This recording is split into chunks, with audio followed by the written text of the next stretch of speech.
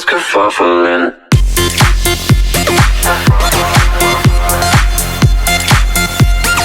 Everyone's kerfuffling.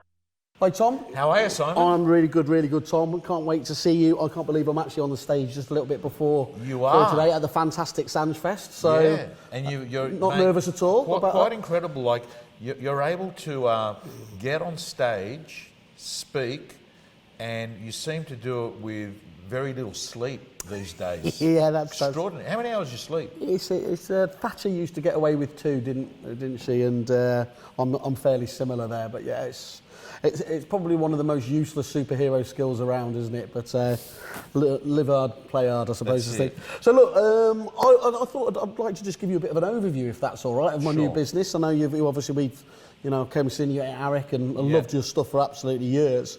And I sold my business in Reapit, which is a CRM company. You may have heard of them a couple of years back. And since then, I formed Kerfuffle. And Kerfuffle was very much a response to what I saw as an issue for estate agents, predominantly in the UK, but also in Australia and pretty much anywhere I went. And it was that issue that, in the consumer world, we're quite well supported by resources like Which Magazine. I think they have What Choice, is it, in Australia? But when it goes, What Choice? But when we go into sort of the vertical of estate agency and real estate, agents really don't have much support at all. It's a bit of a jump into the dark. Due diligence is literally making a phone call to a mate who might use a particular service.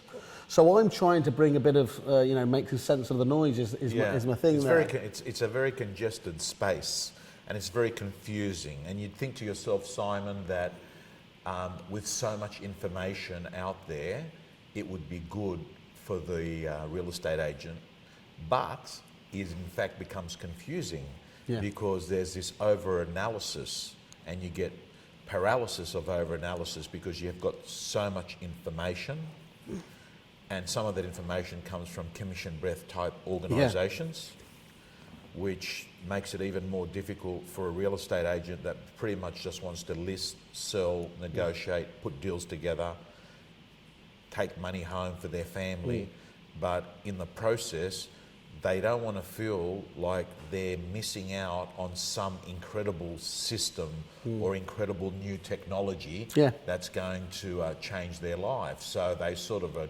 torn between doing business and actually looking for what's the best next thing. Yeah, that's absolutely true. In actuality, isn't it, what you're talking about there is that commission breath that you always talk about with agents to the vendors.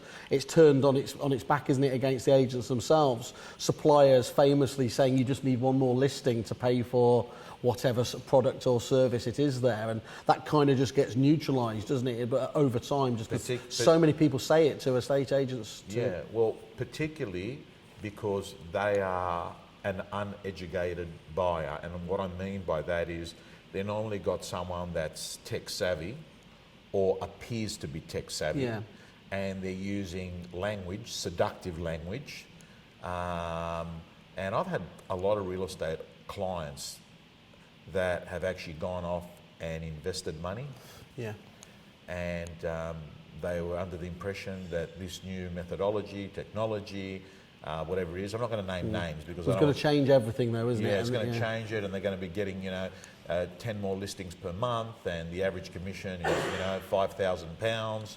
So you're going to be getting an extra £50,000. Really, seductive, elevator pitches. So I do get it. I do get it, and I feel for real estate agents because on the one hand, they want to get better. On the other hand, they're confused. Yeah. Is it happening in Australia and New Zealand too? Yeah, it's happening in Australia and it's happening in New Zealand, and every day I'm hearing, organisations that shoot me off a message, an email, hit me up on social media. They want to tell me about, the new business that's going to, help my clients or help my community. And I mean, they're being smart because they're, hitting up an influencer that can give them. Well, I don't think that my thoughts are that leading, but they're just saying that they've got contacts that I can give them, and I get it. I just see these organisations popping up all the time, and the organisation that I was involved in, News Corp, which owns 61% of realestate.com, they get hit up all the time by these organisations looking to be bought out. Yeah. You know what I mean? Looking for their big payday. So it's a maze. That space is an absolute maze, Simon. Yeah, and is your? I think it's certainly there's been an explosion over the last few years as well, isn't it? It's everyone I'm talking to says I think they're actually quite surprised at how many suppliers they have in their businesses as well. Yeah, so that's dramatically increased. Used to be a few years ago, you had a newspaper company. Yep. You had your photographer. Your boards. Yeah. You had your signboard company, and you might have had a head office. Yeah. That did a lot of the stuff. Now the game's totally changed. We're talking. Do you think it's for good or bad? I mean, is it? I think it's for good, and the reason I say it's for good is that I remember when I was in real estate in my first year, 32 years ago, Simon. I clearly remember having to type out a letter. I used liquid paper to erase an error. I would then continue typing. I would fold the letter. Yeah.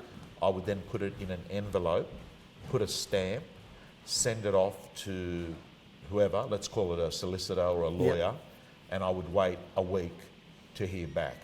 In 2019, if you think about it, this weapon right here, right now, allows me to shoot a quick video with you and have it go out to 37,000 people, Australia, New Zealand, UK. So better than ever have we got the opportunity to be more efficient. Yeah. However, what appears to have happened is we've created a bunch of keyboard warriors sitting behind screens trying to solve this problem. And in the meantime, what's happened is people have moved away from being high touch and they're moving to become high tech. They forget it's a phone. They forget it's a phone. They forget it's a phone. They forget the only thing that matters in real estate is the amount of conversations you're really having with people, and technology is there to be a filing system to allow you to do things a little bit more efficiently. And I think that overall, yes, it's a great thing for those that have learned how to execute that strategy.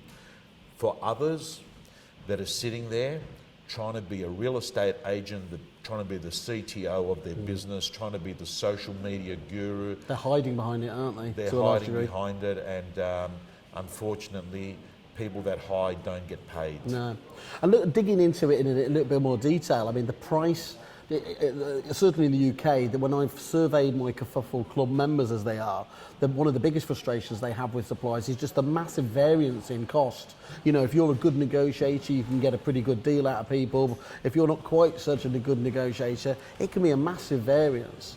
And is that a dynamic you would recognise in Australia as well? And because that's what we're trying to expose, you know, cut down on those Wild West levels of, I suppose, pricing. So there's a group of organisations, Simon, that would turn around and say they would have an ethical pricing model, right? Yeah. They would turn around and say, hey, this is the price based on this volume, you know, and there's logic to it. Then there's another group of organisations. Then there's another group of these organisations that potentially would turn around and say, what could we get out of that client? Yeah, right? That's it. And subsidise the costs for the people, essentially, don't correct. they? They'll turn around and amortise it and say, oh, you know, we'll make a 50% margin on there, we only make a 20% margin on there. That's why I tell all my staff, whenever we're buying any product, I always say, the final line I say to all my staff is, and don't forget, act poor. Yes, nice advice, yeah.